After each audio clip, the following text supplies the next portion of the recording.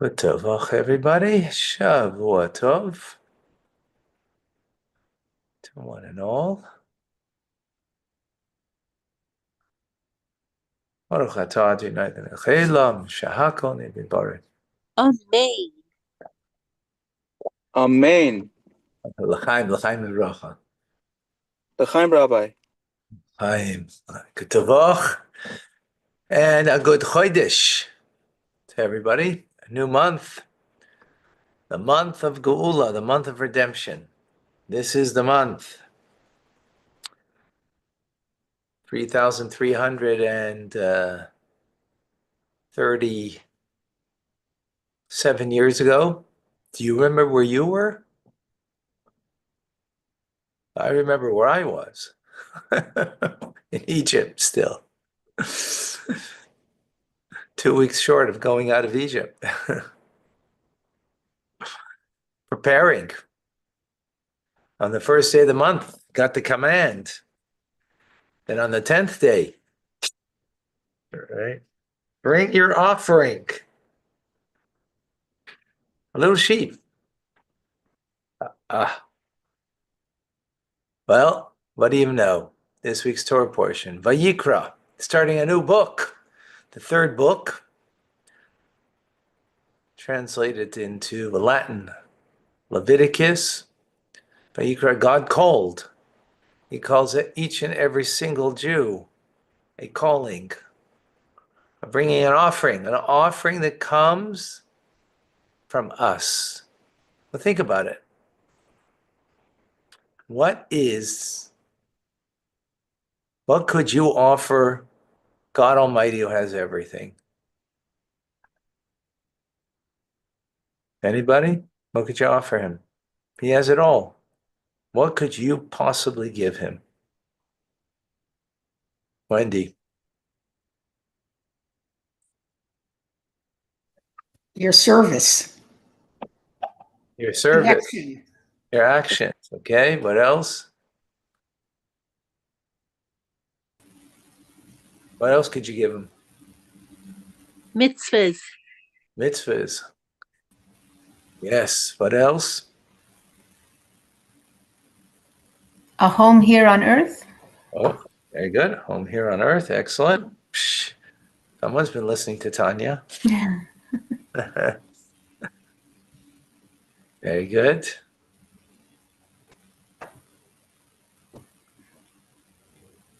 So ultimately, we can only give him what he doesn't have. He doesn't have our darkness.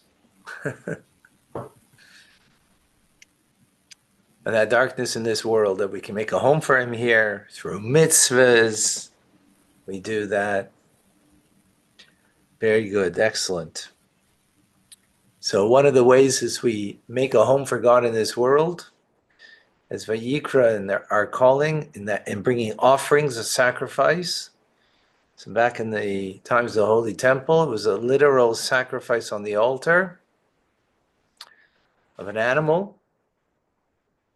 And the basic idea is that really we should be on the altar, but God out of his kindness says, bring an animal instead. And bring that offering, the animal in you, which leads the animal in you can lead you to dark places. So offer it on the altar of Hashem. And there's various types of offerings. There's sin offerings, there's free will offerings, there's peace offerings, all different types. And every detail is not, I don't know what to say, superfluous, for sure not.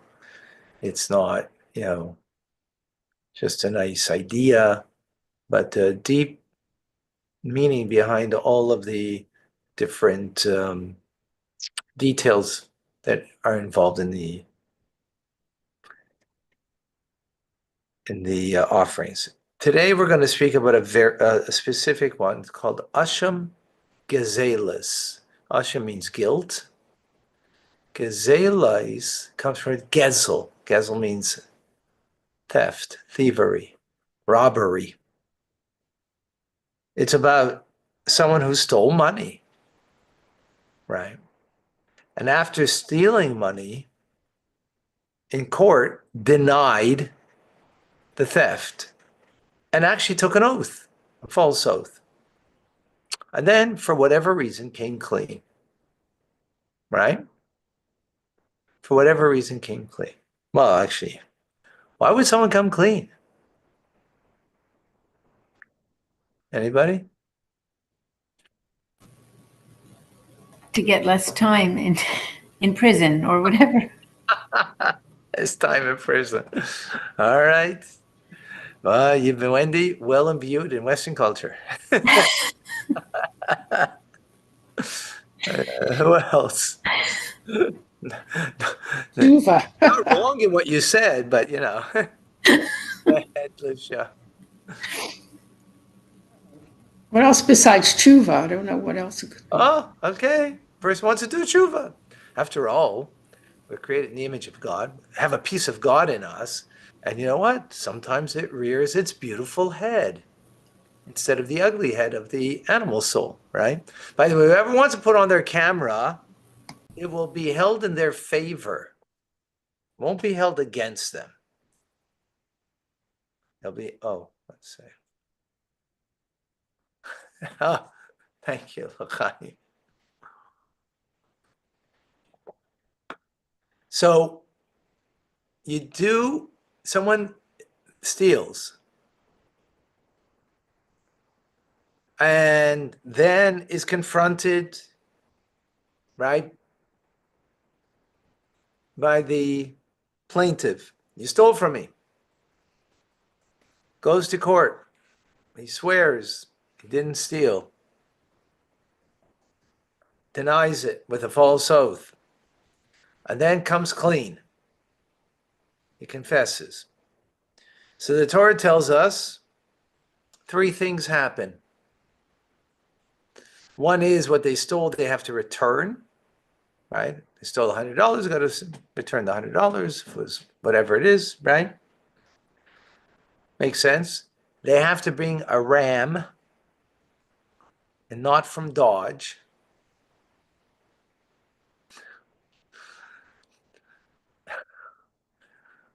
Who else makes a ram besides Dodge? Anybody? Come on, Wendy. I see you have the answer. Nacho, what's the answer? Come on. God Almighty makes a ram. Trick question. That was a trick question. Right? Just like he makes goats, he makes rams. So you have to bring a ram as an offering. Right? There's one other thing that he has to do. You have to pay an additional fifth. It's called a fifth, but if it was $100, you pay $25 more. It's a fifth on the total. It's 125, 125, right? 125, 25 is a fifth, right? On the total. So 20%, which is 25% the way we would think it. Okay, is that good? Okay, let's take a look.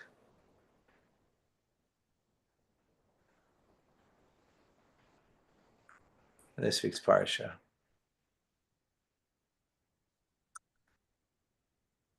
There we go.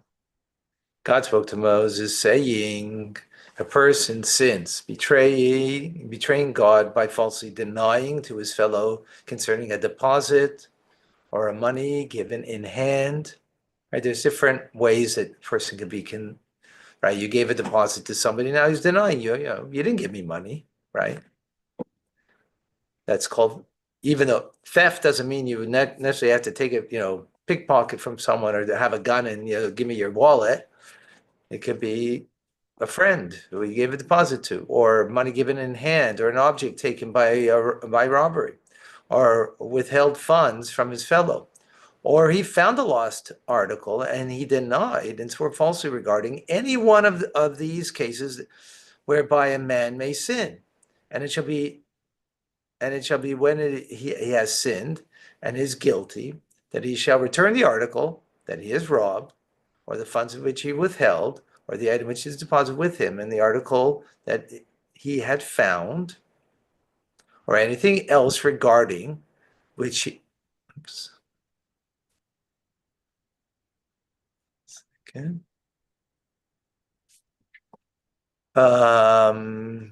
And he shall pay it with its principal, adding its fifth to it. He shall give it to its rightful owner on the day he repents for his guilt. He shall then bring a guilt offering to God, an unblemished ram, right? Remember, the one from God, from the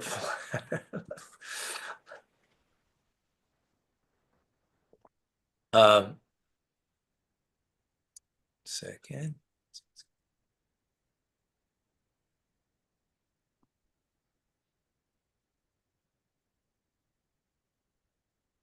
Anybody see what's going on? It looks to me that on Facebook and much more there, it's not showing the shared screen. Facebook and YouTube. That's what I'm seeing right now.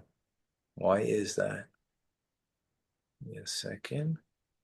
It's not showing this shared screen on Zoom. I just see you.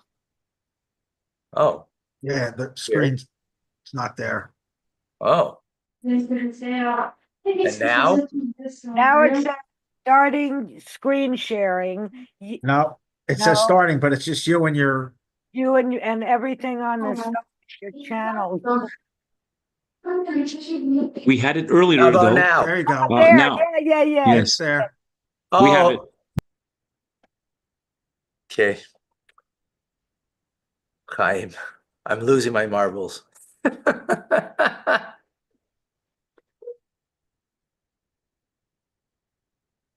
All right. Folks, you'll help me through this one. All right. All right. So you shall give it to the rightful owner on the day that he repents it, right? Then he shall bring a guilt offering to God, an unblemished ram from the flock, which is the same value, for a guilt offering to the kohen, right? The kohen who does the offering, brings the offering on the altar. And the kohen shall make atonement for him before God, and he shall be forgiven for any one of these cases, whereby one may commit a sin, incurring a guilt through it. Okay, we're good. Remember what we're doing over here in the last little while, actually this year. We're learning Rashi, right? So look at these words over here in verse 24. So regarding which he had sworn falsely, he shall pay it with its principal, adding its fifth to it. Okay, he shall give it. Now, who do you give this to? You give it to the rightful owner on the day he repents for his guilt. Got it?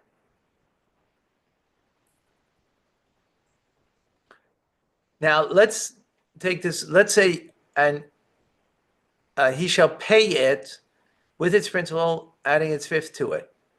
And well, let's say you took this out of the picture, and these words shall give it to its rightful owner, and you just said on the day that he repents for his guilt.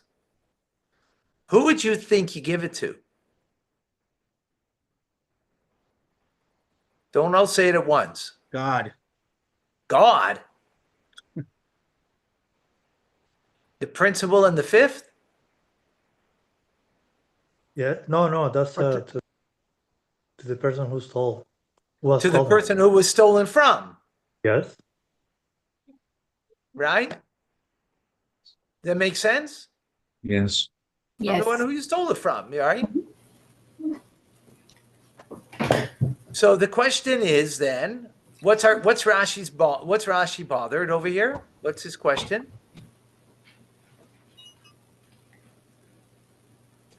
This seems to be superfluous. Why does the verse have to say, he shall give it to its rightful owner? Who else are you giving it to? It's not rightful owner? You're giving it to God? As Andrew said, what? You stole $100. Someone stole $100 from me.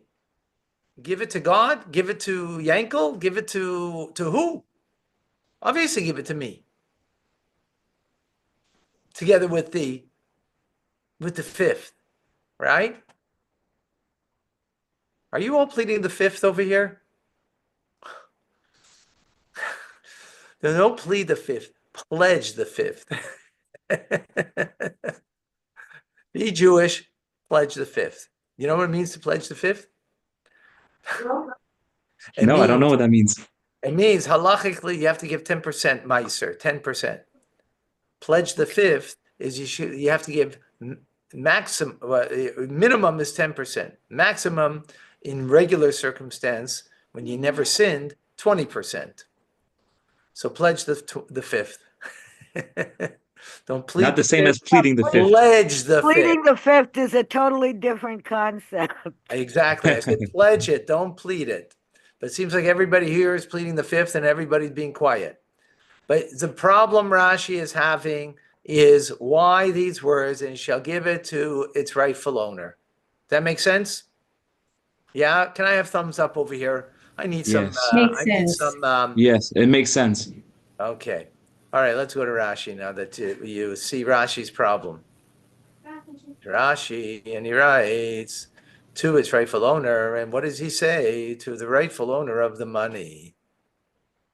Does anybody have any question here? Is that okay? We're good now? Makes sense? We're good? Yes. All right, so Yes. let's close up our books and go home. Mhm. I'm really disappointed. I gotta say. You were expecting more questions? I was expecting you to use your head. I'm gonna be tough on you guys. That's You good. know, this is not the first for you. For you, this is the first rodeo, so I won't be tough on you. Why does it say money and not like something What do you else? mean? What does it say? Money? Well, it said to What the does rightful Rashi even owner of the say? What money. did Rashi add to the verse? The rightful The owner. verse says to its rightful owner. We said we just came up. We have a problem with this, right? Hello, Earth, or Earth to everybody here. You're all in heaven right now. Like I feel you're all in heaven. No one's here on Earth. Come on. We just said in the verse. What's going on over here? The verse is superfluous. It says to give it to the rightful owner, right? Now, the only one that maybe has something like, thinking over here was Andrew, say, give it to God. But that I slugged up Andrew and told him, what do you mean? If the money was taken from me, the $100, what, going to give it to God, not to give it to me? Like, what does that mean? Right? Give it to the Obviously, Kohen? it has to come to me. If it was taken If we from don't know who the owner is, does it go to the Kohen? This is in court. Of course, you know who the owner. Where the person the thief took an oath in court. Remember, I gave to Yankel. No one Yankel here, right? I gave Yankel $100 as a deposit, right, for the trip that we're all going May the 2nd to New York, right? I just Livsha, you signed up yet? Wendy, you're coming, Are right? we only talking about money here? What if it's a goat? What if they stole a Well, no, we said, cow? no, the verse didn't say just money. The example I'm giving is the money. The verse said, whatever, an article, whatever it is, right? I gave you my silver cup. I gave Yankel my silver cup to hold. And now he says, what are you talking about? I don't know what silver cup. What silver cup? So I take him to court and he has to take an oath now. And he swore falsely that he doesn't have my silver cup or doesn't have my $100. He doesn't have my sheep, my ram. Right, or whatever, right? And then he did tshuva, like you said, Livsha. He did tshuva, right? He confessed. I stole it. So what does the Torah tell us? 3 things, right? Is to return the article. He has to return. He has to pay a fifth more, and he has to bring an offering in times the holy temple. Right? The verse says, return it to the rightful owner, and you were all bothered with it. Remember, all of you, if we would have stopped the class, you wouldn't be able to fall asleep tonight, right? Because you would be bothered. What the heck is the verse talking about? It bother you. So then we went to Rashi, who he's the one who gives us always the answers. And what does he say? The rightful owner, yeah, give it to the rightful owner, the ones whose money. What? What did he say? He said nothing. Let's go back. He said nothing. What did he add here? To the rightful owner of the money. Well, the rightful owner of what? Obviously of the money, right? Obviously. Again, remember, it was my goblet. It was my $100 or whatever it was. So I'm the rightful owner of the money. So you're going to give it back. Yankel's going to give it back to me. The court is going to now judge him, right? What did Rashi add here? Okay, are you bothered? Yeah, is it bothering you now, Rashi?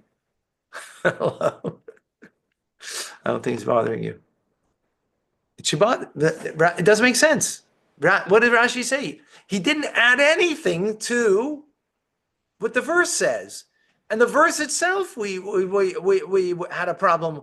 Well, like, why did it have to add those words? Obviously, you have to give it to the rightful owner. And remember, everything is perfectly exacting. Considering that there's no useless words in the Torah. Exactly. So why is it specified? And that's Rashi's coming to answer. But Rashi doesn't say what's he giving an answer? He's just repeating what the verse says, really. That it seems to us, right?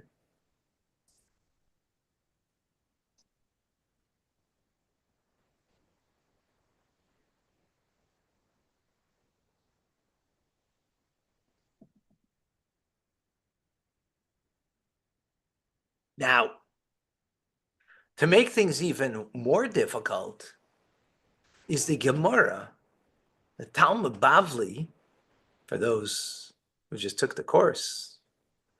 Baba Kama, the middle gate, if you recall, we spoke about, says, interesting, on this verse,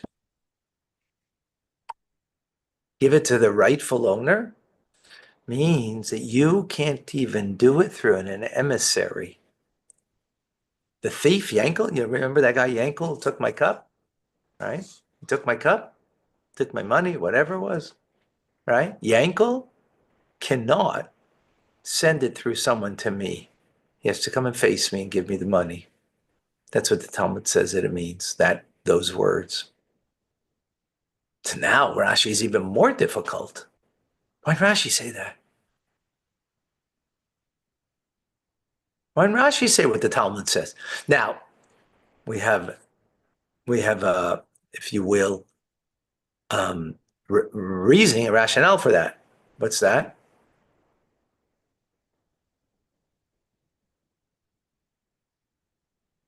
Really being difficult today, huh? Really challenging. Andrew, come on, Mr. Lawyer.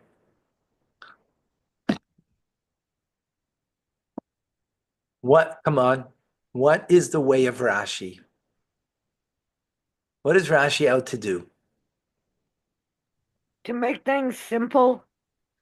To explain the simple meaning of the text. Thank you, Elise. Exactly. Right? To explain the simple meaning. So if the Talmud or the Medrash says something on the verse, Rashi doesn't have to accept that at all, because that could be a homiletic meaning, it could be a hinted meaning, it could be, a different play on a different level of understanding, not for the 5-year-old necessarily of simple meaning of the text. Rashi states very often, I've only come to explain the simple meaning of the text. So he doesn't have to take from the Talmud because the Talmud said that this is what these words mean.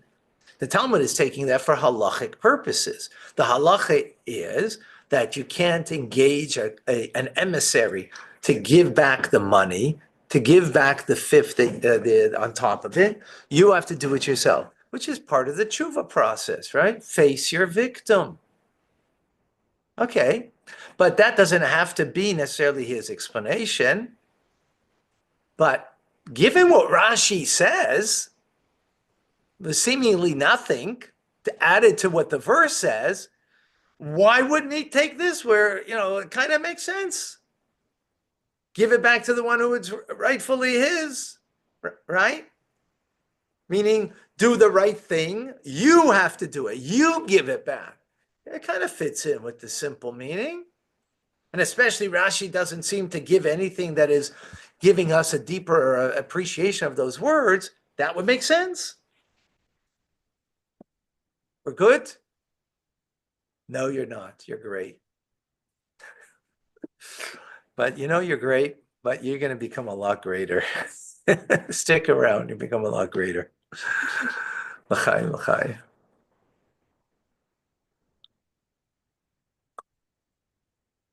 All right. So, because before we're going to answer, we're going to take a few steps back so we can appreciate what's going on over here. Okay. We're going to see it's not so obvious what we're talking about over here, the whole thing, right? Remember, we're talking about two things here. There's the principle, right? Which is, whether the goblet or the $100, whatever it is. And then there's the fifth, right? On top of it. That's what we're talking about. Now, Andrew, you said something, I don't know if you're a prophet, son of a prophet, I don't know exactly, but you said something before that something to it. And what was that? You said, give it to God. Right. Now, to give the principle to God, right? But maybe you could argue. Now, put on your Talmudic caps over here because we're going to make an argument over here. Okay, so let's follow the nuance in the argument and we'll see where it goes. Okay.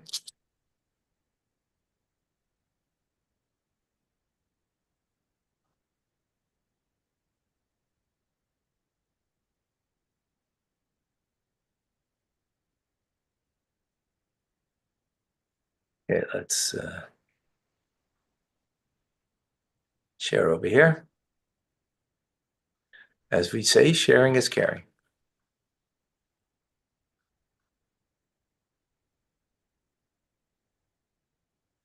Okay.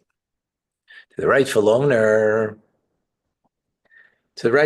of money, Rashi said, remember the verses state that the thief must return and pay. Who then should the restitution be made to, if not to the victim? Why does the verse need to specify to its rightful owner, right? That was our question. Seemingly Rashi was coming to answer. I may have thought that the principal should be paid to the original owner, but the added fifth should be donated to the divine services like the sacrifice. The service therefore states to its rightful owner that the added fifth must be paid to the same person who receives the principal. Let's back up for a moment. So in Torah, there's two different types of payments that need to be made. There's what's called Dinei Momanais and Dinei Knasos. There's the law of Mammon, which means money, payment, right? Payment for the $100 that you took, that the Gankel stole, right? And then there's Dinei Knas, is penalty. It's not a payment, it's a penalty. It's a fine, if you will. Right? Be careful. You don't want me to fine you. But if you get fined, you'll be then one of the fines, and it might not be so bad. Penalty, okay? What does it mean, penalty? What's the difference between a fine and a penalty?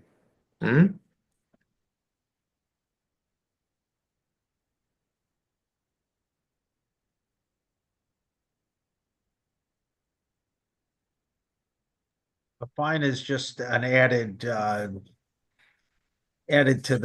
to make up for some of the stuff with stuff it's not a penalty. A penalty is more punitive, I would think. Well, fine, penalty, same idea. It's just same idea. It's a knas, whatever in Hebrew, right? It's punitive, right? The other one is monetary. You stole 100, you pay 100. Pay back the 100. That's monetary. That's not a penalty, right? Penalty is something over and above that, right? So that the damage you cause is a monetary obligation, Rambam says in Mishnah Torah, Maimonides, right? That's the damage you cause, therefore there's a monetary obligation that you have to pay. Torah speaks sometimes, though, that when you have to pay half the damage, and the reason why you pay half the damage is because it's not a monetary obligation, it is a penalty. Or, right? Or in our case over here, where you're obligated because you swore falsely, so that brought a penalty with it, right? Now, in some instances, your own self-admission will absolve you of the penalty. If witnesses came and said, then you would be you'd be penalized the penalty, the fine. But if you yourself, then you wouldn't be. In our instance over here, you already made the false oath. Then you came clean, you are penalized. Okay? So that's one kind of distinction, right?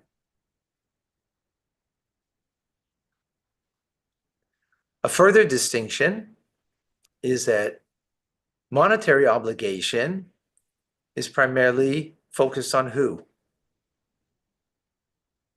Who's right, if you will, or who's, I don't know, yeah, if you will. The Who's victim- right, huh? The victim? The victim, exactly, the victim. Right, monetary obligation, you damage the victim, so you got to make good and pay up. So it's primarily about the victim getting what belongs to them. Knas, a penalty, is not about the victim, right? It's about the perpetrator. The perpetrator is being penalized, right? Does that make sense? So it's a whole different goal, a whole different purpose for the penalty, right? That makes sense?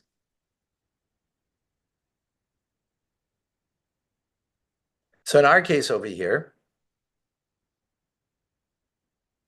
the thief, right, took an oath, denied, then confessed, so he has to pay the extra. So Rashi explains with his words that he has sinned and is guilty. When he has sinned and is guilty, when he recognizes duty to repent and makes up his mind to confess that he sinned and is guilty. So in our case over here, the defendant is obligated to pay based on his own admission. So based on that, since it's really about a penalty for him, the argument could be made that what? What could the argument be? That who does the money go to? Andrew?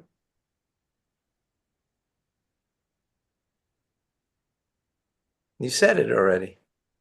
Goes to God. Not the $100, because that is a financial issue, right? That's about the victim, right? So the $100 is the fine. But The $100 is the the fine, extra and the fifth is not about the penalty. victim, it's about the The penalty. perpetrator. So the argument could be made, right? That what?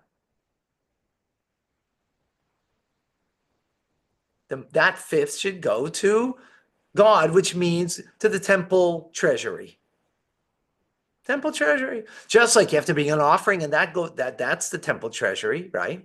Now, temple treasury, meaning it's going to the temple because it's going to be a sacrifice on the altar of the temple. So likewise,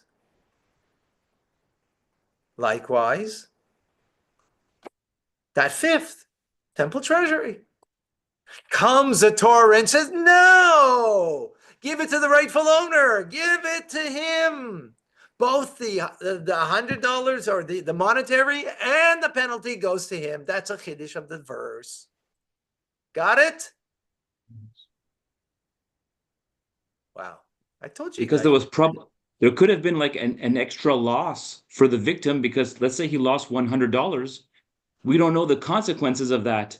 So if he simply receives $100 back, it's not taking into account the extra problems that it caused. Oh, you're saying something good. We'll get there in a moment. Good. You're saying good. We'll get there in a moment. Very good. Very good. But before you go there, which was a very good insight, before you go there, though, so the verse is good, right?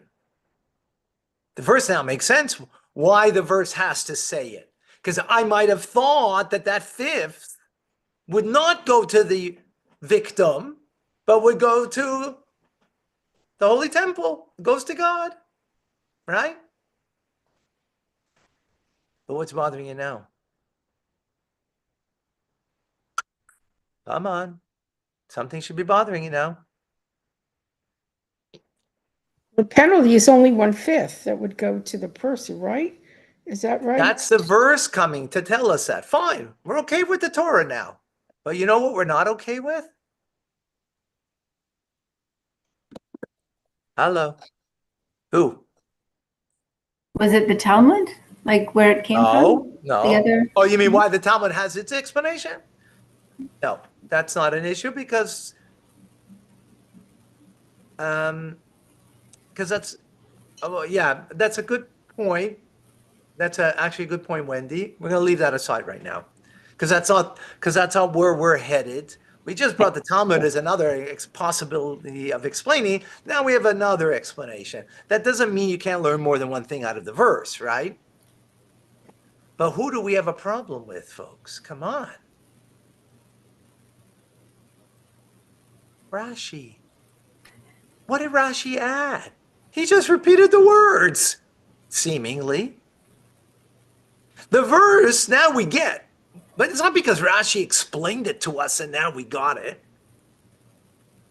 We got it because now we understand the principles, right? The principles that are based in the Talmud, right? These principles that are in the Torah of monetary compensation for the victim, for their loss and damages, right?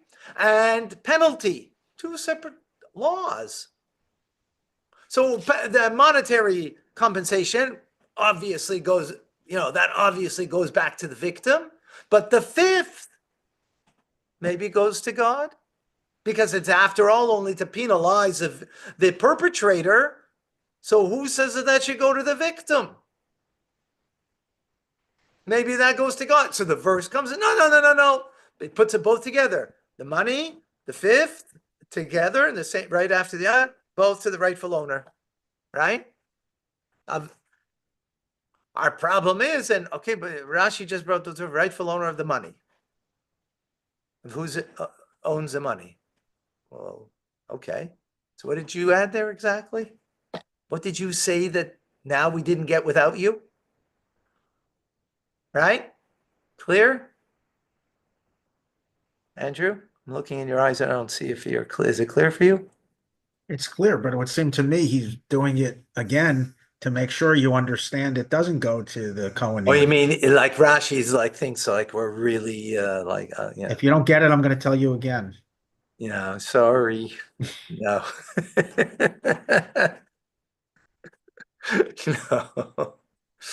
No. Yeah, the Rebbe doesn't learn that way. All right. But good try. Now, if you don't listen to me the first time, I'm going to tell you a second time. Not the second time, I'll tell you the third time. No. But so everything's precise. So comes the Rebbe. Now we're going another notch deeper. I'm gonna go deeper now. L'chaim. Need more l'chaim for this one. Goes down just like water. All right.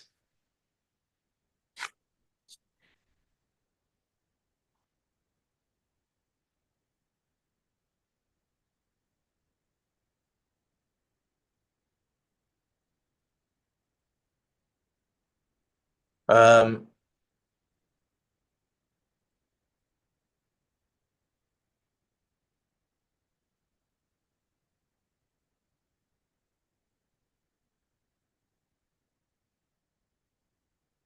so the commentators ask,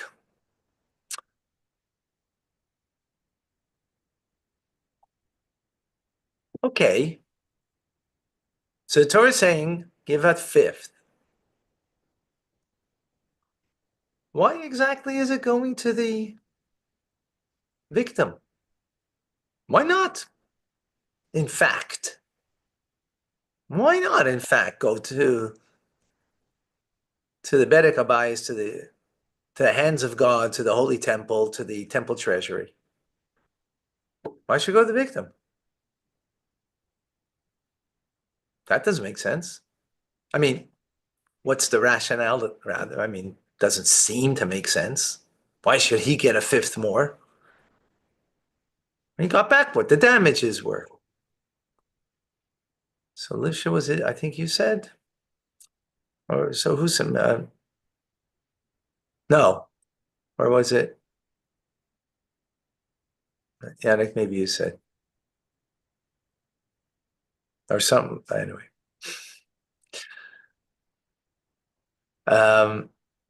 there's something more. There's something more here. It goes to the victim is because the victim had money, that he had an opportunity to use the money and to gain from his monies. Could have invested it. And invested on the right day and made a killing rather than a loss. Or invested in a business, and whatever. He could have used his money to earn money.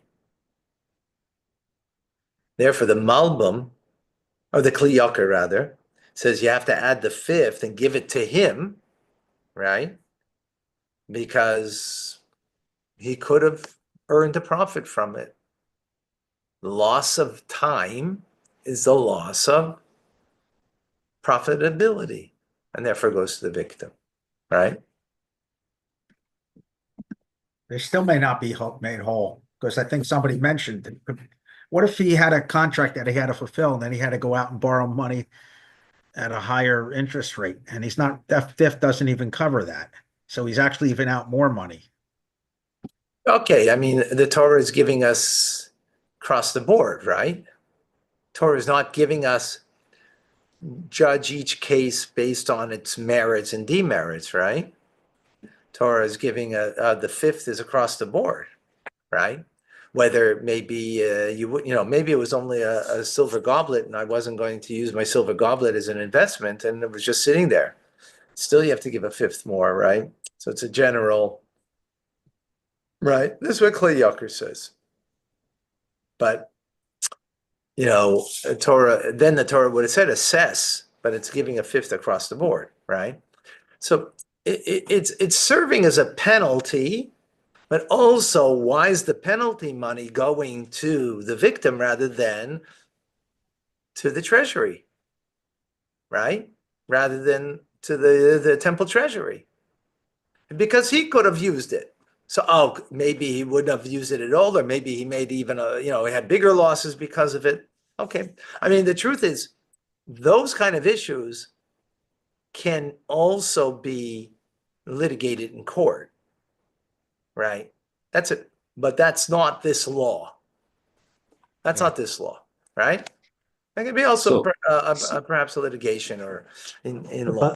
Rabbi, Yes. the value ahead, yes. stolen. The value stolen was $100. That's it. Oh, whatever. rest- 100 Yeah, million. no. What I'm Whatever. saying, that the value stolen was $100, the thief didn't, he didn't rob anything, besides that. It was 100. He's paying a fifth more, and that's it. No, 100 plus a fifth. Yeah, 100 plus a fifth. That's what I'm saying. Yeah. That's what, yeah, exactly. The So value was whether 100. if it was $100,000, so then he's got to Yeah. pay $125,000, right? Yeah. For example, if it was like a car, if we think of today, someone steals another person's car, not only is he lacking a car, but all of the complications that brings about. Maybe he can't go to work. Maybe he Yeah, can't so do that's a something different else. litigation. It is That's a okay. different litigation. Or that's part of the damages that were incurred. It's not just damages of the car itself, but other damages that came together with that. So maybe there's the damage of the thing itself, and there's other damages that are byproducts, collateral damage, but that's a different issue, right? That's not the law we're talking about here. Okay. Okay, and the fifth would be on the car itself, not the collateral damage that came with it, right? So that's a different litigation. I mean, it might be in the same court case, right? But that's not the issue at hand. Okay. So let's keep it simple. $100 then, or $10,000, right? 10,000. So it's a little more serious now. Okay. So the Rebbe in his Sicha asks a serious question. And this is something that we learn in Tanya, in Geras HaKodesh. We learn it summertime, this summer, if summer ever comes in Montreal. In Montreal we have 2 seasons, right? Wendy, Batya, right? Who else is here? Angelo. Who else? Maisha, Yosef. We have 2 seasons in Montreal, right? Yes. Winter and Winter, July. and 15 days of July. That's it. Yeah. I think that was a joke from 40 years ago when, winter lasted like, in May, you could still have winter, Now, thanks to global warming, Montreal is an amazing place to live at all times. All right. So the Alter Rebbe in the 25th letter of Igeres Kodesh says that our sages teach us that a person, when he gets angry, is comparable to an idolater. Why?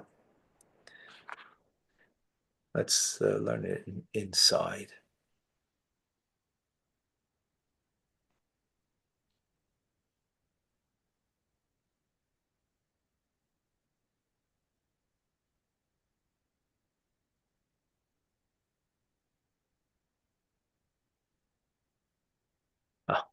Here we go. Sages thought a person who gets angry is comparable to an idolater.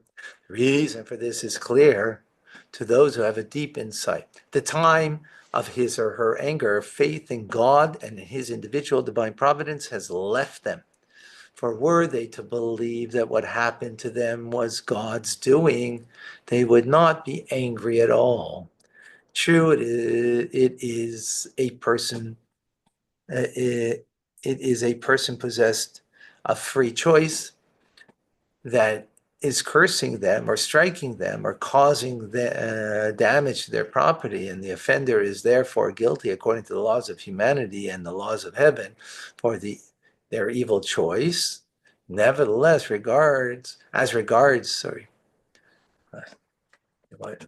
can't read it properly on the screen over here for some reason. I'm gonna read it. Nevertheless, as regards the person harmed, this incident was already decreed in heaven, and God has many agents through whom he can act.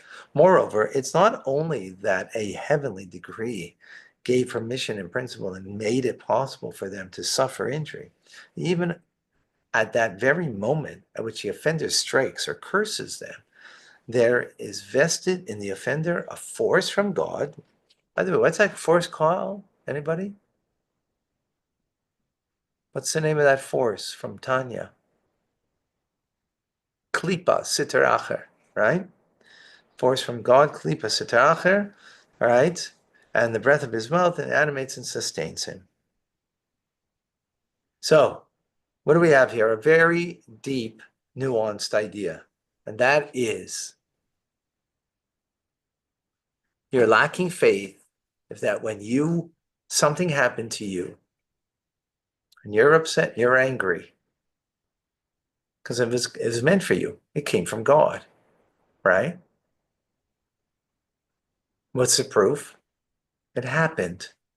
God doesn't allow something to happen that wasn't meant to happen. Right. So what are you getting angry for? God meant it for you.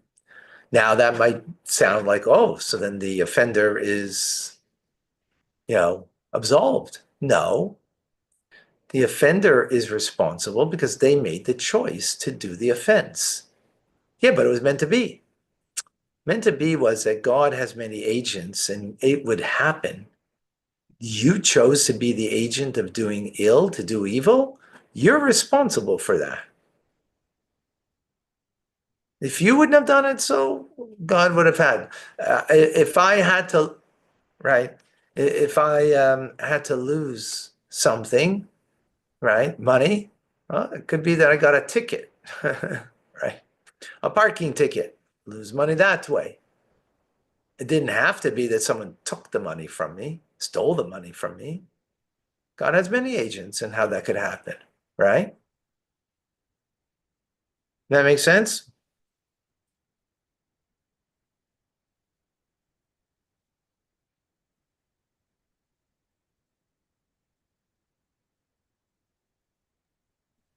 Does So, that mean okay, does that mean if it doesn't happen in one way, it'll happen in another? exactly. So And the if one proof person, is, one agent refuses to do it, someone else will? well, Or again, I just gave the example, right? If I could lose the money because someone stole it from me, or I could have lost the money because I got a parking ticket. Both ways, I lost the money, right? So now if someone stole it from me, so you might say, okay. So the fact that someone stole it from me, Yankel stole my $100, right? That part we get, that it should come to him. That part we get, right? But here, this throws in a little bit of a twist. Why should the fifth go to him? Where does that rationale come in? Maybe that should just go to God. In other words, the oppressor, the victimizer, the thief, he needs to be penalized. We get that. We get that, right? But why that should go to the victim? Obviously, it was meant to be that he wouldn't have that money. Okay, he didn't have that money, but okay, now that the oppressor admitted, so now the money goes back to him. But why should the fifth go back to him? Is that clear?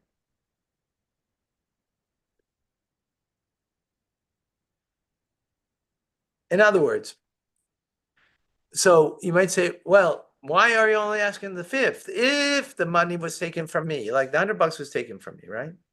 So obviously it's meant to take from me. So why should it be returned to me? Because maybe it was only meant to be taken from me for 10 minutes. And then afterwards it should be returned to me. Just because it was meant to be taken from me doesn't mean it was not meant to be returned to me if someone stole it from me, right? That makes sense. Okay, so it's meant to take from me, but that doesn't mean that the victimizer, the thief, should not return it. And of course, who is going to return it? It's to me. So it was meant to be taken from me, but that doesn't mean that it was not ever meant to be given back to me, my $100. That makes sense. That we get, right? But the fifth we're talking about, that's a different story. The fifth had nothing to do with me to begin with. The fifth is Yankel's being penalized for that. Why should that come to me? Why does that come to me? Maybe that should go to God. It should go to the temple treasury. That clear?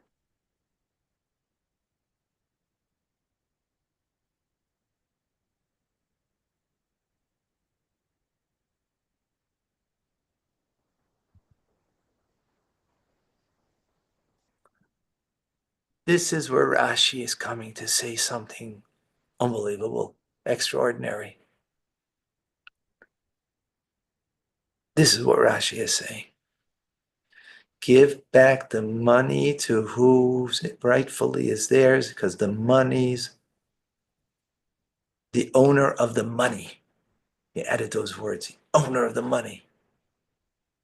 Not only is he the owner of the $100, the monetary damage, but he's even the owner of the money of the fifth, because he could have made money with his money. He's even owns that. That belongs to him too. So he gets that. That's what Rashi's coming to say. Let's see the Rebbe, the Sikha.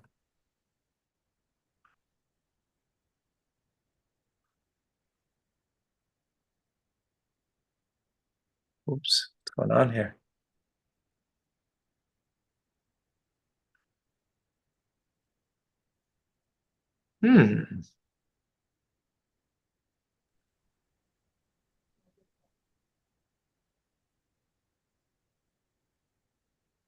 So he's even the owner of what he could have made. Right. It's also his. I know something wrong with the, I'll read it. Okay. This is Rashi's intention with his words to the rightful owner of the money. We're adding those words, of the money. Rashi isn't just telling us that the added fifth needs to be given to the victim. He's also giving us the reason for this. We can only prove that there was a divine decree that the victim would lose their money in the past. Regarding the future, we must consider it the victim's property and add a fifth in order to restore their property in the fullest way.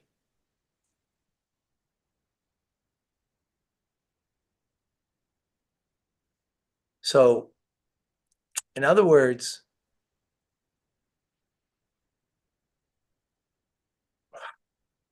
in making restitution, you can't, the fifth is his also because you got to give it fully. It's all his.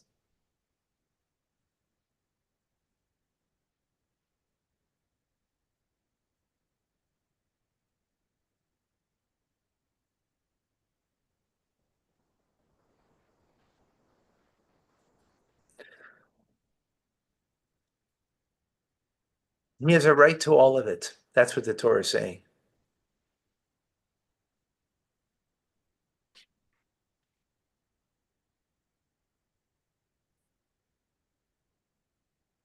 Otherwise, you're not returning in a fullest manner. You deprive this person by stealing from him. So you got to give back the monetary value of what? The Torah is coming and saying, no, you got to give it back to him in the fullest way. You got to give a fifth more because you deprived this person. And if you want to make proper restitution, you want to do proper tshuva, you have to give that extra fifth, that it be a complete proper comeback sort of tshuva, if you will. If you will. It seems like the fifth is speaking of the potential. Because he could have earned with that money. Yeah. Right? It's a potential. Right, it was a potential. So Torah is looking at not only as a potential, but that potential belongs to him. You took an intangible, you took a tangible and an intangible. What Torah is saying is the tangible, obviously, you have to pay back. Yeah, you took the goblet, you got to give back the goblet. You took the $100, you have to give back the $100. That's obvious. The intangible, and I think Livsha, you said it before, right? There's other things that happen with it, right? I have to get some more water. Give me a moment. Sorry.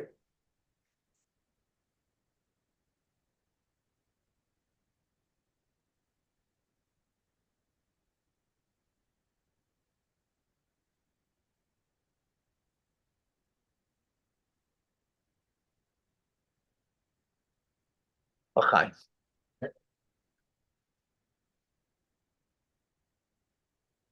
The Torah is saying like this.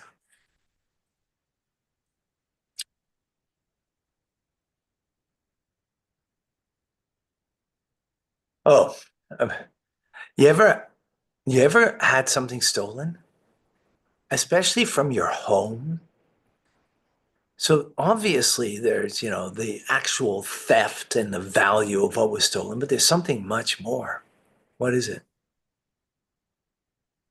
Give me one word. Intrusion. Yeah, that's not the word I'm looking for, but it's correct, but that's not the word. Violated. You feel violated. By the intrusion is a violation, right? That's a stronger idea than intrusion. You feel violated. How much money do you put on that? You can't. It's an intangible, right? So the Torah is coming and saying over here, there's an intangible over here. And what is that? I mean, Andrew, maybe this answers your question before, right? That you said maybe the guy, because of that, he had to borrow money at a high, he couldn't get a bank loan now and he had to borrow a lot of money and so on and so on. I mean, those things, some of that's tangible perhaps, and that could be part of the court case. But there's a Torah is coming and saying over here, the fifth is like for the intangible, that he could have made a profit. That's an intangible. We don't know that for sure. But Torah is giving a value to it. And you've got to pay that. Right? In other words, there's more than just the value of what you took. Right? And by the way, maybe it happened in one day, the whole thing, right? Could be one day, could be 1 year, 10 years. And one day, obviously, you ain't making so much money from that day, right? And 10 years, obviously, that'd be a lot of money. But Torah is saying it's an intangible. You got to pay a fifth of what could have been possibly come out of this. That's what the Torah is telling. And taking that into consideration, which I think, of course, is a huge lesson in life, that when we engage with others and we did some harm to somebody else, sometimes there's the obvious harm, and harm doesn't just mean necessarily, um, monetary loss. It could be in the actions that we take, the words that we say, and the negativity that we display or whatever it is. And there's things that are tangible and obvious, and then there's the things that are intangible, and they're not so clear, not so obvious, but yet for that we also need to take responsibility, right? We also need to take responsibility for those things.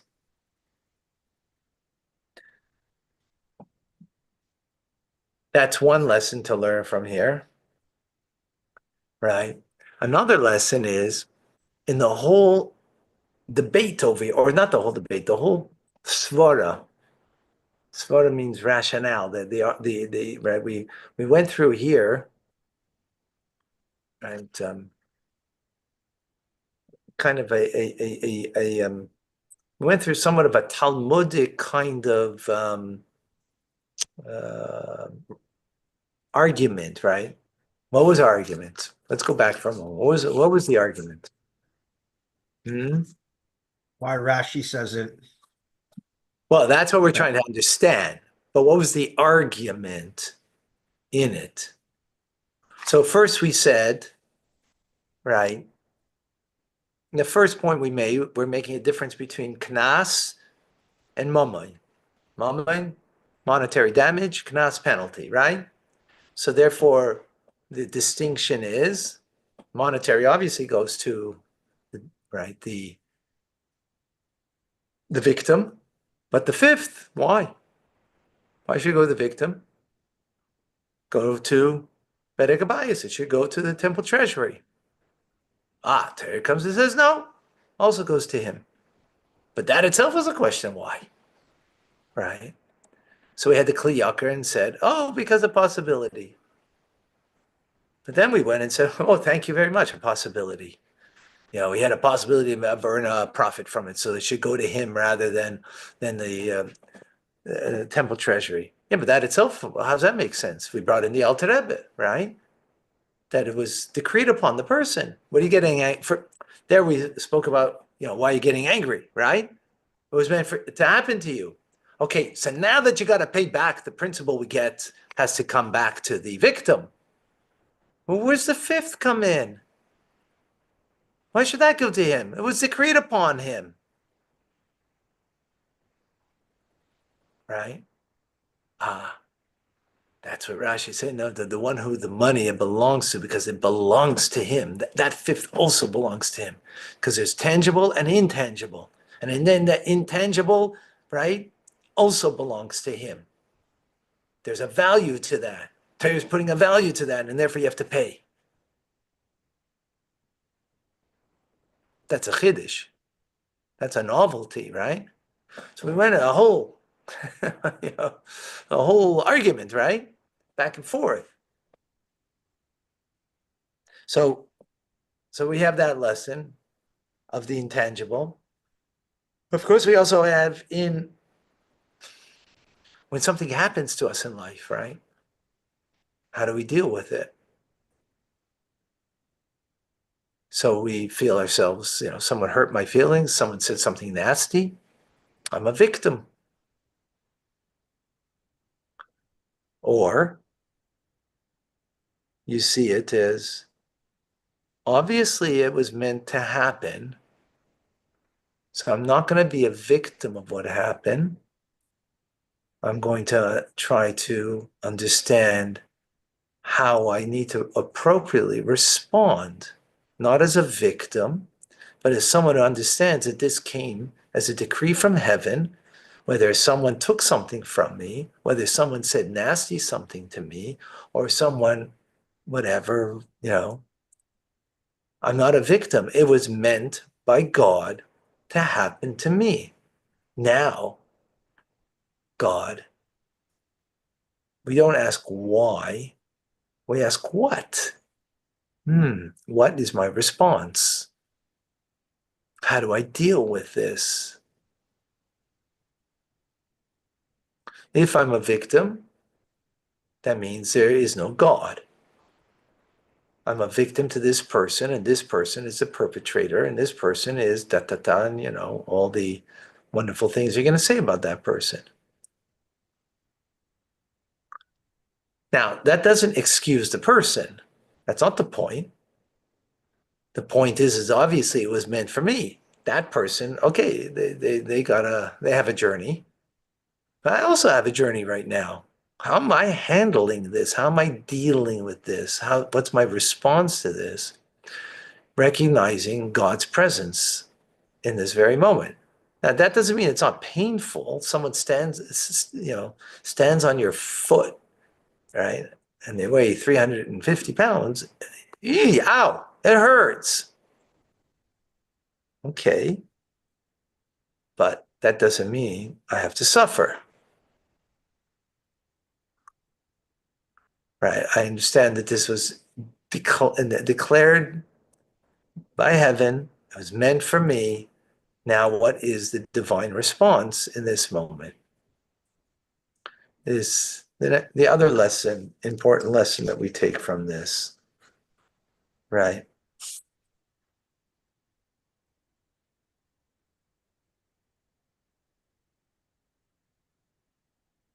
So when we recognize that, so the other person who's the thief or who's the nasty person, whatever, right? The perpetrator will have you'll have a much easier time to be forgiving to that person.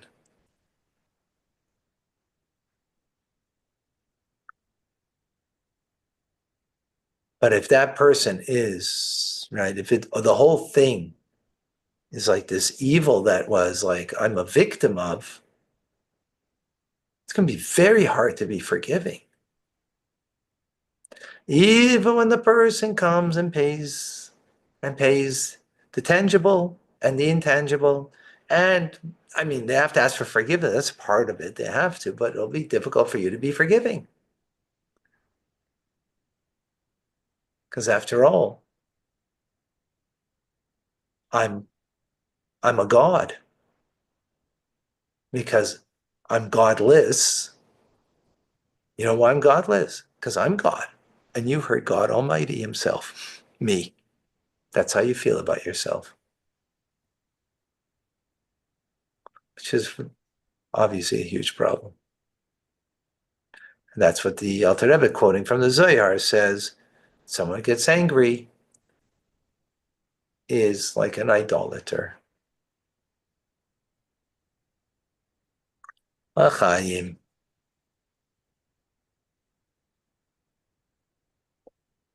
As we learn in Tanya, in the third part of Tanya, for one time getting angry, you know how many times you have to fast? You remember anybody? Oh, gotcha. This is a good way to lose weight. 151 times. Getting angry one time. No, don't do it. Don't fast. Don't do it. Just don't get angry, but don't fast either. Back in the day. Back in the day. Any questions, any comments, any thoughts? Very powerful.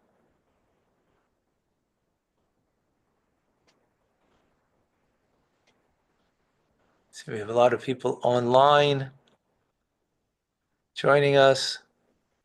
A reminder, TRC starting in 15 minutes.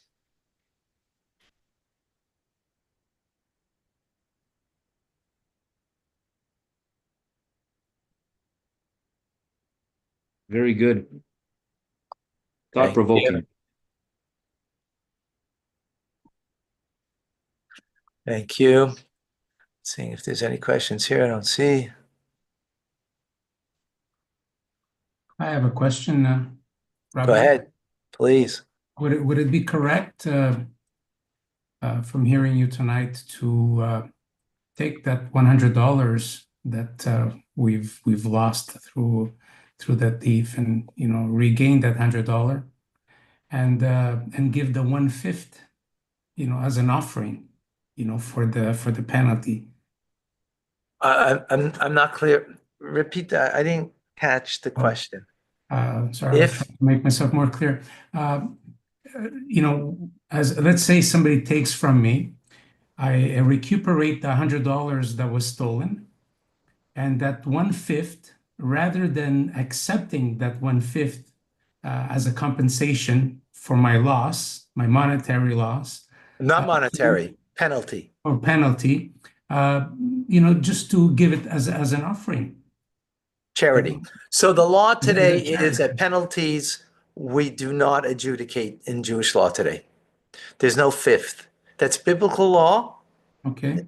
Biblical law that now that we don't have smicha, we don't have the rabbinical ordination that has been given from generation to generation in the land of Israel, based in the land of Israel with a high court. So we do not take penalties today. There are no penalty judgments today in Jewish law.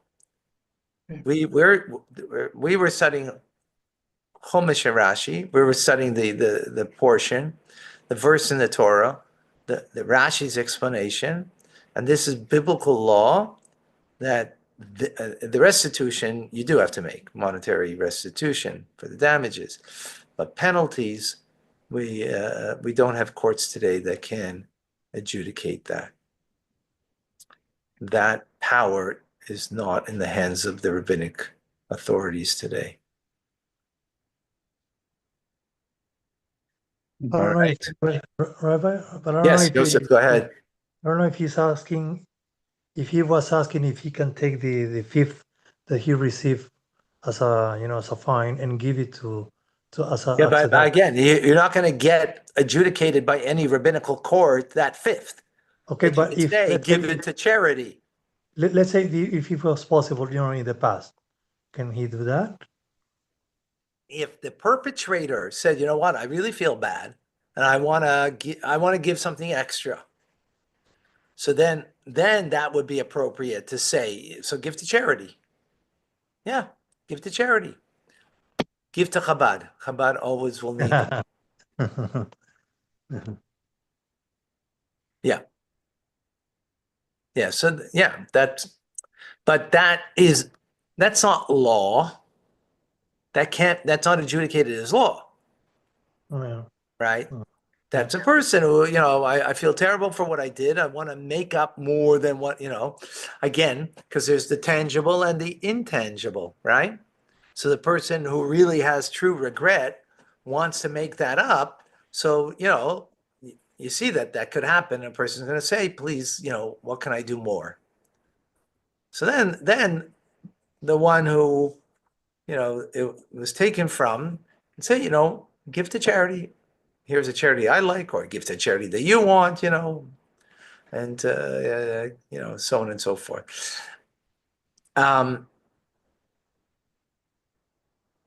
There have been cases, I'm trying to remember now.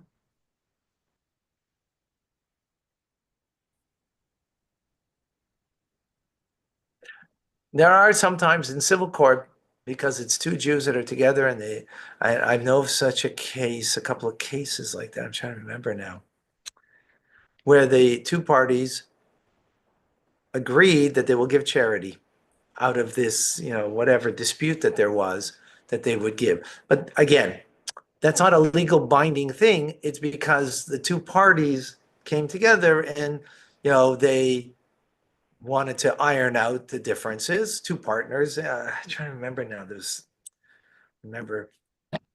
I remember giving a class in a lawyer's office about 15 years ago, and it came up with the case. An actual pretty famous case in Montreal, because it was adjudicated by, it was two Jews.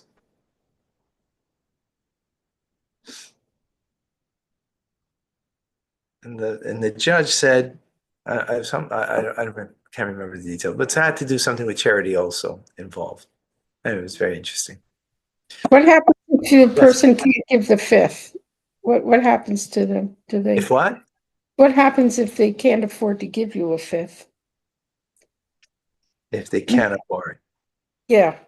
Is there other penalties involved? Like, I don't know. No. Then it's something you owe when you have it, you pay. What happens if you can't pay what happens if you can't pay the Yeah. principal? Yeah, that too. You know what happens? Anybody know? You become a slave. Exactly. The court sells you into slavery, and the money that they get, they pay the individual.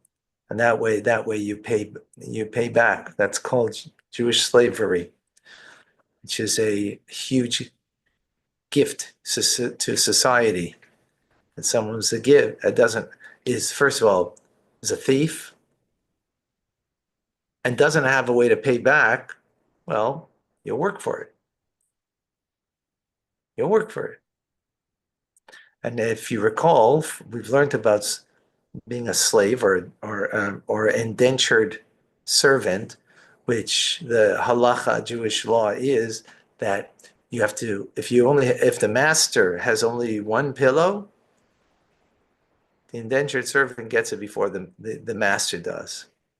If he only has one meal tonight to serve, his servant gets it before he does.